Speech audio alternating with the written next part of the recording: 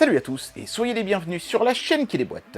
Vous avez peut-être remarqué que certaines vidéos arrivent à la bourre en ce moment. Je suis très en retard. J'ai une montagne de trucs à tester là sur ma droite que c'en est impressionnant, notamment des trucs que ça fait plus d'un mois que j'ai. Certains partenaires doivent commencer à s'impatienter. J'ai eu une vilaine grippe, j'ai même cru que c'était le Covid, tellement elle était balèze. Et en plus, derrière, pour couronner le tout, là, il y a quelques jours, j'ai fait une mauvaise chute. Donc forcément, ça n'aide pas à faire avancer les choses. C'est pour ça que vous me voyez avec quelques égratignures par-ci, par-là. Et j'ai mal au bras gauche aussi. Si ça dure trop longtemps, il faudra peut-être que j'aille faire un tour aux urgences. On verra. En attendant, aujourd'hui, on teste le tout dernier né de chez Ultimea, qui a la particularité d'être orientable facilement grâce à un système de pied assez ingénieux. Et bien sûr, on a toujours la qualité Ultimea avec ça. En général, Ultimea, j'avais testé plutôt des barres de son chez eux, donc je suis assez impatient de voir ce qu'ils sont capables de faire en termes de home cinéma et de projecteurs. C'est parti pour le test. Et c'est parti pour le déboîtage de ce projecteur, le Nova C40. Vous voyez, quand je vous dis que j'avais plein de trucs qui s'accumulaient à droite, c'était pas du fake. Hein. Et quand je vous dis que j'étais tombé aussi, vous voyez, ça ne l'était pas non plus. Bref, eh ben écoutez, ça a l'air magnifique. En tout cas, franchement, sur la photo, il fait envie. Puisque vous voyez, il a un système de pied qui est assez bien foutu, qui permet de l'orienter. Il doit y avoir un système. Et les finitions ont l'air vraiment top, quoi. Alors, est-ce qu'on va retrouver le système? Alors, il y a le système d'autofocus, c'est devenu un petit peu la norme sur ce genre de projecteur entrée/milieu de gamme chinois. Il doit y avoir un système. On a du HDR, et bon, bah, il y a ce système d'articulation dont ils ont l'air d'être particulièrement fiers, hein, puisqu'ils mettent vraiment l'accent là-dessus sur leur site. Apparemment, quoi que soit l'angle d'orientation, il fera automatiquement le lissage pour que vous ayez toujours une image bien rectangulaire. Donc ça, c'est pas mal, c'est magnifique. Hein. Regardez, sur chaque volet, il y a des petites choses décrites. Très, très joli. On a un premier gros bloc de mousse qui sécurise, j'imagine, le projecteur en lui-même.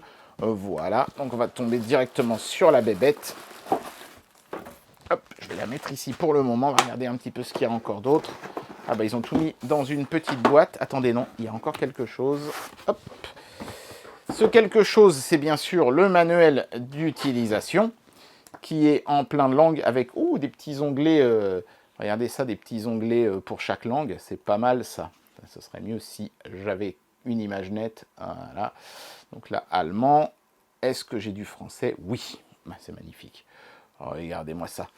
Impeccable. Et donc, dans cette boîte-là, on va voir, j'imagine, les câbles de connexion et la télécommande. Je sais bien qu'il y a une télécommande sur ces machins-là. La petite carte de garantie, ça vous permet d'avoir 1 an de garantie en plus. Donc la télécommande, qui est très basique, hein, comme toujours chez Ultimea. Ils ne mettent pas de sous sur la télécommande, mais il y a des raccourcis, Netflix, YouTube, Prime Video et Disney+, c'est bien, j'en ai 3 sur 4, c'est pas mal. Le petit câble d'Alim français, évidemment, qui est avec un embout standard, ça fait toujours plaisir. Et ils ont même mis un petit HDMI qui a l'air d'être d'une qualité convenable. Voilà. Bon bah écoutez, on va regarder le projecteur de plus près maintenant. Regardez-moi ce projecteur, comme il est beau! C'est pas forcément évident, voilà, avec un angle ce sera mieux de vous montrer les détails de ces finitions. Mais donc ici, on a bien sûr l'optique, hein, qui est autofocus. Donc a priori, on laisse le projecteur faire les réglages tout seul comme un grand. Et puis ici, il y a la bardée de capteurs qui permet justement de faire l'autofocus et tout ça. Et aussi bien sûr, le récepteur pour la télécommande. Ici, sur le devant, on peut voir des haut-parleurs qui permettront d'avoir le son. Le système d'aération, lui, se trouve sur les côtés. Voilà. Et puis ici, à l'arrière, on a tout un tas de contrôles. Alors, on a le bouton Power qui est sur le dessus. Ça, c'est plutôt pas mal. Et puis, regardez, ils ont même mis un petit protecteur. Ça, c'est gentil comme tout. Hop là. Ça permettra d'avoir quelque chose d'absolument nickel en sortie de boîte. Donc, on a une prise USB. Une seule, mais en général, ça suffit. Hein. Je ne vois pas trop pourquoi vous voudriez faire des copies de fichiers sur un appareil comme ça. Là, donc l'entrée HDMI pour brancher, par exemple, une de vos consoles de jeu. Hein, même si, personnellement, sur ce genre de truc, je préfère, moi, balancer des médias que j'ai mis sur la clé USB. Une entrée audio-vidéo analogique. Donc là, par contre, le câble n'était pas fourni. Donc, je ne sais pas trop pourquoi ils sont embêtés à mettre cette entrée-là. J'espère pour vous que vous avez encore vos vieux câbles audio-vidéo qui se finissent avec un jack. et une prise casque, et bien sûr également un récepteur supplémentaire pour la télécommande. La lime se branche ici derrière. Et donc voilà, ce système d'articulation qui est très très bien foutu, et qui vous permet littéralement, vous voyez, vous pouvez mettre le truc à la verticale comme ça, et projeter sur un plafond, si vous le souhaitez. Donc si vous voulez vous allonger sur votre lit et regarder le plafond sur lequel passe un film, eh ben c'est possible. Et c'est même l'un des gros points forts de cet appareil. Allez, je le mets sur mon écran de projection habituel, et on regarde ce que ça donne. C'est parti. Voilà, donc c'est parti pour le test grandeur nature de ce projecteur. Et la première chose que vous pouvez voir, ce sont ces magnifiques fonds d'écran. Quand on allume le projecteur pour la première fois, on voit ça. Et en fait, il utilise ce genre d'image pour faire le trapèze, que vous allez voir, vous, distordu à l'image, parce que bien sûr, la caméra est décalée par rapport au projecteur. Mais moi, à l'œil nu, je vois un beau rectangle bien net. L'autofocus se fait sur un texte, un slogan de la marque sur fond noir. Ils n'ont pas mis la même mire que sur les précédents projecteurs que j'avais testés, mais le résultat est là. On a une image qui est bien droite. Et vous voyez que cette petite interface avec ces petits fonds d'écran un peu épurés comme ça est plus moderne que ce qu'on avait l'habitude de voir sur les autres projecteurs. Voilà, donc vous voyez, vous pouvez même, manipuler les fonds d'écran. Mais ce qui nous intéresse évidemment, c'est cette interface-ci où on n'a pas grand-chose en fait. On a Android TV, le HDMI, l'USB, l'audio-vidéo, dont le câble n'est pas fourni, je vous rappelle, et les paramètres de projection qui sont assez basiques. Donc, ce qui va nous intéresser le plus, c'est bien sûr Android TV. C'est pour ça que vous allez acheter ce genre d'appareil. Sinon, il y a des projecteurs moins chers qui n'ont pas Android TV, qui sont de simples, ce qu'on appelle des barcodes, qui se contentent de reproduire un signal qui vient du HDMI ou du VGA. Il n'y a pas de VGA sur ce modèle-là, donc on n'en parlera même pas. Allons-y pour Android TV. Et pourquoi je vous lance Android TV? Déjà, pour un premier truc, c'est que je me suis rendu compte d'un défaut. Souvenez-vous, le précédent projecteur, il avait un défaut assez chiant, c'est que on était dans l'impossibilité d'accéder au contenu de la clé USB. Alors là, cette fois-ci, on peut y accéder, mais le défaut que j'ai, c'est que quand j'essaye de me servir de la télécommande, en fait, ça règle le volume sonore quand je vais à gauche et à droite. Donc je suis obligé d'avoir un deuxième appareil pour pouvoir gérer le déplacement dans Android TV. Moi, j'utilise la manette de chez 8BitDo, celle-là, la SN30+, vous verrez rien certainement dans l'obscurité. Mais bon, c'est une manette de jeu qui ressemble un peu à la manette d'une Super Nintendo. Et avec ça, je peux me déplacer sans aucun problème. C'est un peu couillon qu'ils n'aient pas pensé à paramétrer la télécommande pour qu'elle marche à 100% dans Android TV. D'autant plus que la commande vocale, elle, fonctionne. On va faire un essai. Lancer Super Mario Bros sur Netflix. Ok, j'ouvre Netflix. Voilà, ça fonctionne, mais j'étais obligé de reprendre la télécommande. Et maintenant, si je veux naviguer dans les menus, vous voyez, ça fonctionne, eh ben, il faudra que je prenne ma manette de jeu. Ça, c'est un petit peu couillon. Et si je fais lecture, ça va commencer à lire, mais évidemment, je vais couper de suite, parce que je ne tiens pas à me prendre un copyright claim. Voilà, vous verrez que le logo de début. Mais ça fonctionne. Voilà, donc bien sûr, après, vous pouvez regarder tout ce que permet de regarder Android TV, et c'est le gros avantage de cette technologie dans un projecteur. Et franchement, moi, je vous le conseille, parce que ça évite d'avoir à trimballer 36 000 trucs, même si on peut, de toute façon, lancer du contenu, par exemple, sur une clé USB. Ça fait quand même plaisir. Ça manquait beaucoup sur l'autre modèle. Vous voyez, clé USB. Je vais descendre tout en bas, puisqu'il y a mon test vidéo. Hop. Et on va essayer, pour voir un petit peu les performances de cet appareil, de lire de la 4K. Alors d'abord en 60 fps, et puis si ça ne marche pas, en 30 fps. Allons-y. En 60 fps, ça ne marche pas. On va essayer en 30. Là, ça a l'air de fonctionner. Voilà, donc vous voyez, quand on vous vend un projecteur 4K, ce qu'il faut comprendre, c'est que oui, vous pouvez lire de la 4K, mais elle sera restituée en 1080p. Et en plus de ça, la puissance de l'appareil en lui-même ne sera pas forcément suffisante pour pouvoir faire tourner de la 4K de manière sereine. Voilà. Sachez aussi d'ailleurs que si vous essayez de balancer de la 4K sur ce Projo via le HDMI, non seulement elle sera downgrade en 1080p, mais aussi en 30 fps et non pas en 60. Il faut le savoir aussi.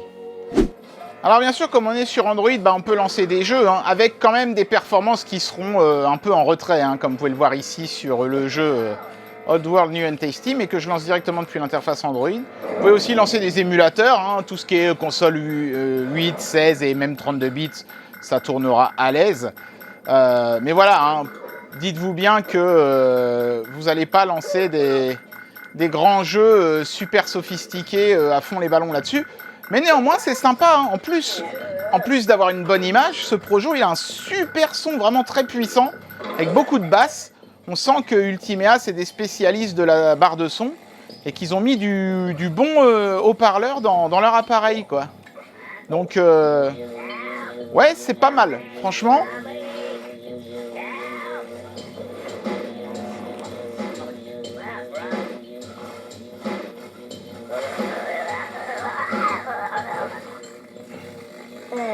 Voilà, donc ouais, bonne image et super son pour un projecteur avec Android TV complet dedans et une interface HDMI.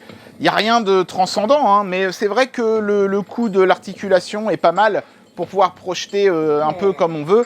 Là, clairement, je ne suis pas du tout dans la configuration idéale. J'ai légèrement tourné le Projo et je l'ai légèrement incliné vers le haut. Et malgré ça, je me retrouve avec un beau rectangle nickel. Donc voilà, si vous voulez un truc qui fonctionne tout seul sans vous prendre la tête, c'est pas mal, à part cette histoire de télécommande et de manettes qui sont obligatoires pour pouvoir tout contrôler. Ça, c'est un peu couillon. J'aurais bien aimé qu'on puisse tout faire uniquement avec la télécommande, moi. Et bien voilà, j'en arrive à la conclusion de cette vidéo et je vais vous donner mon avis sur ce produit. Alors, sur l'aspect logiciel, on sent bien que Ultimea a voulu donner une expérience premium à ce produit. Ils ont évité les menus un peu cheap qu'on trouve souvent sur les projecteurs chinois dans cette gamme de prix-là, voire même moins cher. Et ça, c'est une bonne chose parce que, évidemment, c'est souvent ce qui différencie le haut de gamme de l'entrée de gamme, la couche logicielle mal optimisée. Donc niveau logiciel, aucun reproche à faire à ce projecteur, c'est du tout bon. On a un Android TV récent et on peut installer littéralement tout ce qu'on veut dessus, y compris des jeux vidéo. Il ne faudra pas s'attendre à des performances de ouf, hein. Évidemment ils n'ont pas mis un super processeur dernier cri là-dedans, mais ça dépannera quand même et ça permettra de faire pas mal de choses. Sur l'aspect hardware, le gros point fort de ce projecteur, c'est le son, qui est absolument somptueux. Je pense qu'ils ont complètement intégré une barre de son Ultimea hein, dans le bas du projecteur. On a un son riche, puissant, et surtout avec beaucoup de basses, ce qui est souvent quelque chose qui manque un peu sur ce genre d'appareil. La ventilation est dans la moyenne, elle n'est pas plus silencieuse que la moyenne, pas moins non plus, donc tout va bien à ce niveau-là. Et puis bien sûr, il y a ce système d'articulation qui est très pratique, associé au fait que l'appareil peut recadrer l'image automatiquement. Vous aurez vraiment quelque chose de pratique pour pouvoir projeter et sur les murs et sur les plafonds. Voilà, le seul petit reproche que je ferai à cet appareil, c'est que la télécommande n'est pas 100% fonctionnelle dans Android TV, en tout cas pas en sortie de boîte. Il y a peut-être une manip à faire que j'ai pas trouvé, mais en sortie de boîte, voilà, vous avez le pavé directionnel qui n'est pas fonctionnel. Un problème que vous pouvez régler en branchant un clavier en USB ou en Bluetooth ou une manette de jeu, ce que moi j'ai fait pour les besoins de ce test. Voilà, mais un bon projecteur, un des meilleurs dans cette gamme de prix là. Ultimea, c'est toujours un très très bon rapport qualité-prix dans les barres de son, et c'est aussi le cas dans les projecteurs. Et bien voilà, c'était le test de l'Ultimea Nova C40. C'est une valeur sûre Ultimea, hein. Voilà, si vous avez envie de vous acheter un projecteur comme ça, entrée de gamme, pas cher, mais que vous voulez quand même assurer vos arrières, Ultimea est une marque qui est vraiment intéressante. C'est pas forcément le meilleur que j'ai jamais testé, mais je pense que s'il y a un problème avec eux, ce sera plus facile à résoudre qu'avec certains autres constructeurs. Je n'ai pas par exemple rencontré de bugs comme j'avais pu en avoir sur le précédent projecteur, où il était impossible depuis une application d'accéder au contenu d'une clé USB, ce qui était quand même un petit peu ballot. Voilà. En tout cas, j'espère que cette vidéo vous aura plu, j'espère que l'été va bientôt s'arranger pour vous et qu'il va se remettre à faire beau. Et moi je vous dis à très bientôt pour un prochain test. Allez, tchuss!